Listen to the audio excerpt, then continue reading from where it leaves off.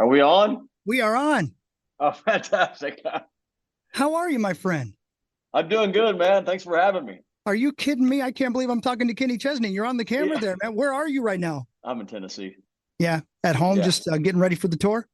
Yeah, we got rehearsals this afternoon. I get up early, go work out. I got to get in them show jeans here in a couple of weeks. So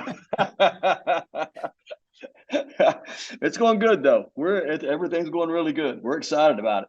Well, we're excited to have you come to town here. And of course, what a lineup. You and the Zach Brown Band coming to town. We'll get the information to everybody and let everybody know how and when to get tickets. But I know the first stop on the tour is the 20th. So you're getting close to that. You mentioned that you get up, you work out, you got rehearsals tonight. Is that what every day looks like for you right now? Are you having rehearsals almost every day? Man, I tell you, we are. I get up. I'm such a creature of habit. Yeah. I get up every day. I'm at the gym around 7:30, and then this is my pre-tour schedule anyway. And then I go to the chiropractor, and he gets me all to a place where my body's functional. And then I treat it a whole lot like an athlete. I really do. And then I have lunch, and then we got rehearsals at 1 o'clock, and we run through parts of the show or all of it, and then it's crazy, man, because there's three different components. There's this huge video element we have on stage, and then there's all the lighting, and then there's the music. And so all the time spent rehearsing isn't necessarily with the band. It's just marrying all three of those elements together. And that's what I spend the majority of my day on.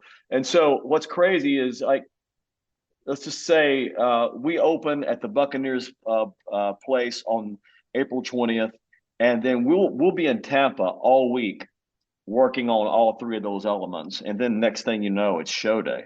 Hmm. And then that's when the fun starts, because all the work is right now. It's like, I imagine it's a lot like the Vikings and training.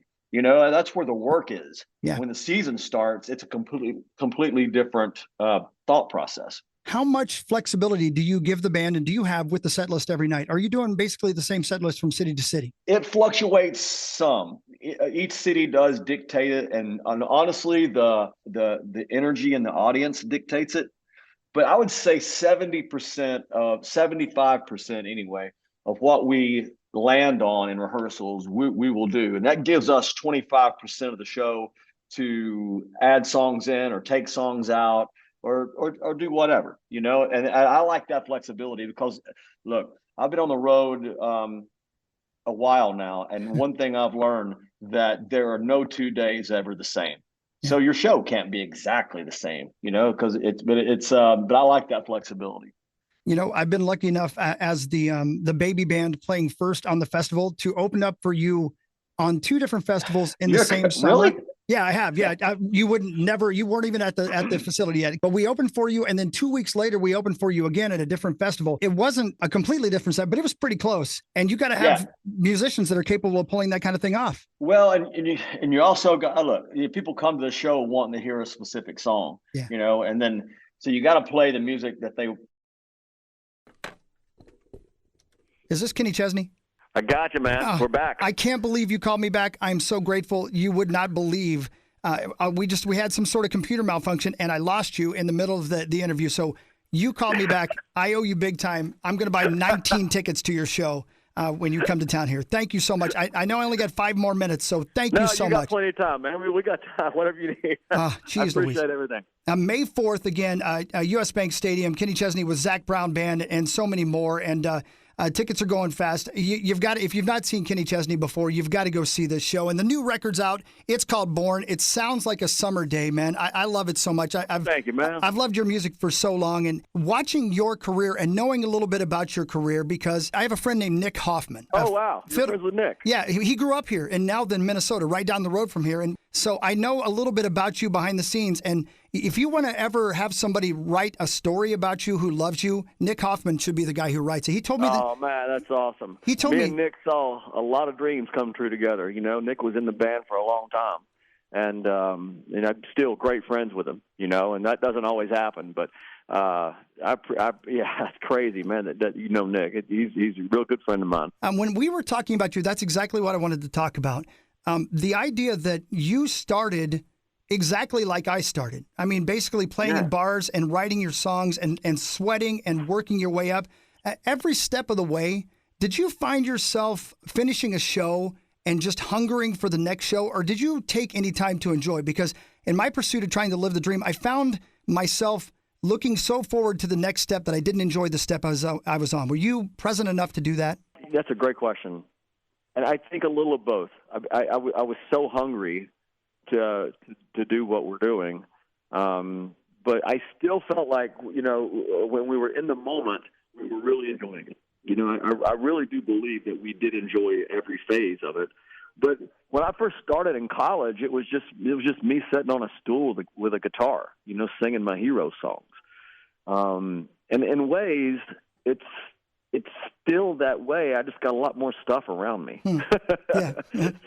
And it's been an amazing, wonderful journey, and being able to come up there and play in a place where the Vikings play football is one of the most amazing things in the world to me. That's when I was a kid, and when I was dreaming this dream, and even when I was on the road, the idea of doing that just seemed so far-fetched, and the fact that we can do it and are doing it is just a huge honor and a big dream come true still to this day.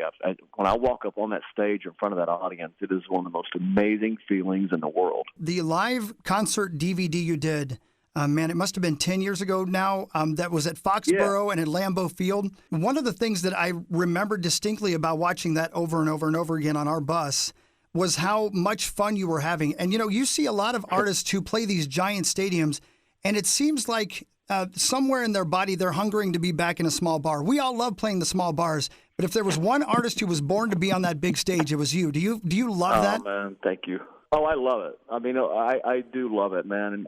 But I like the small bars too. Sure. That's where I absolutely love it. Those they're two different animals, But I do love being up there. To see all those people sing these songs back to you, it tells you that they just didn't hear it on the radio. They lived their life with it, and that's what makes me and the band just feeds us in a way that it's undescribable, And so, but we truly do love what we do. We were having this, we were in rehearsals yesterday, and just talking about the fact that not that we have to go do this summer, it's that we get to go do this summer, and that's the perspective that I've kind of always had. 22 stadiums, 10 amphitheaters. You got Zach Brown, Megan Maroney, Uncle Cracker. That is a festival everywhere you go, every step of the way. Yeah. How many people do you bring out on the road with you just in your band? Well, I've got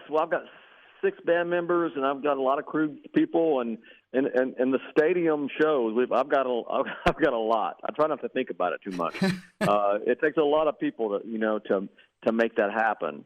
But everybody. What's crazy about it is this is their dream too. Everybody's out doing what they love to do, and But when me and the band walk up there, it's a moment of recognition of how lucky we are, and how it's just such a shared, wonderful moment that we get to do this together. And I think that's what's great about what we do, is that there's no two nights ever the same. And it's such a shared moment. And that's what I love the most about playing live music with a band that I have. Again, May 4th, Kenny Chesney with Zach Brown Band and more, U.S. Bank Stadium. Tickets available now. Go see the show. It's going to be great. The new record's out now. It's called Born. Kenny, did you play a showcase that got you signed, or was it a different situation for you? No, it was completely different. I didn't do a showcase. I got into the business first as a songwriter, and I was just writing songs with a lot of people, and I was singing on their demos. I was singing on mine. I was just kind of working my way into town, and I was just working my way through it. So I never got to a place where I was doing a showcase. I swear, it was just one day I got a record deal, and 6 months later I had a song on the radio, and then about a year later I went, okay, we're going to go put a band together, and we're going to start this journey. And that's how it started. Do you feel fortunate that you started your career then as opposed to a time like now? Oh, of course. Yeah. I feel, recording artists that had a dream years ago actually had a chance to build their career. I mean, I'm not saying that the acts today don't, but it's just a different formula, And so for me, I was sitting on a stool in a Mexican restaurant in Johnson City, Tennessee, and I was playing for tips, and I was getting better. I was working constantly. Yeah. And then I moved to town, and then it was different, and I wasn't working that much in the bars. I was more concentrating on songwriting. But yes, the answer to your question is I feel very grateful that I was able to pursue that dream that way, and get better as a songwriter and as a musician and as an entertainer. And I want to talk to you specifically about the songwriting part of it, because I did know that you started your career as a songwriter. And on this record, you've written a couple, with your fellow songwriters. There are other songs that are written by other people. How do you go about the process of picking what songs go on your record? And is it hard not to pick one of your own, if you know what I mean?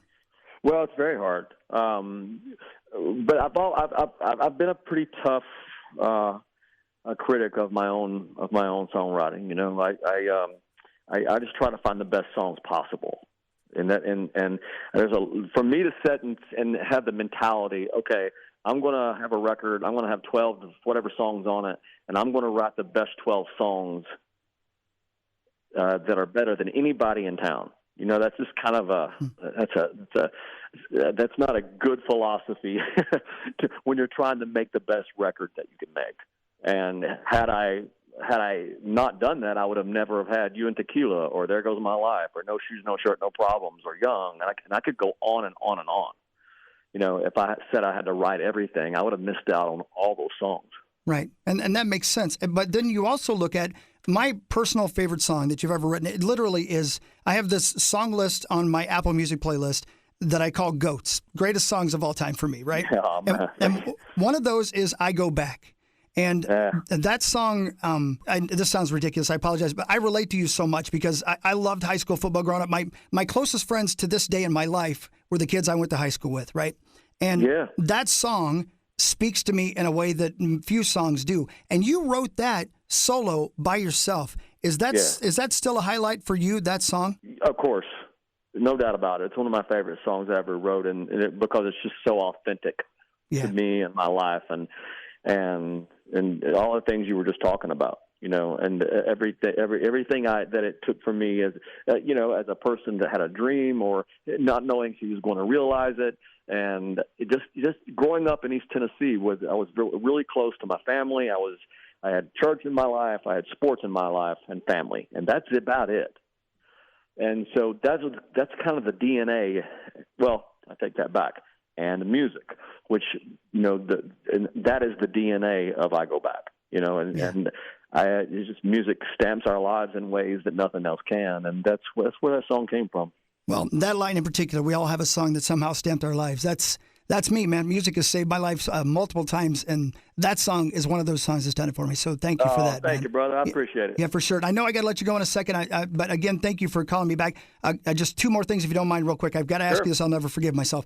I couldn't be a bigger Hemingway fan than I am. And, of course, Hemingway's Whiskey was one of your records. Love that song. Love that record. How much has this guy affected your writing as a songwriter, if at all? Well, I mean, look, I'm a big fan of just storytellers. Yeah. And Hemingway was my favorite storyteller. It was just so honest and raw.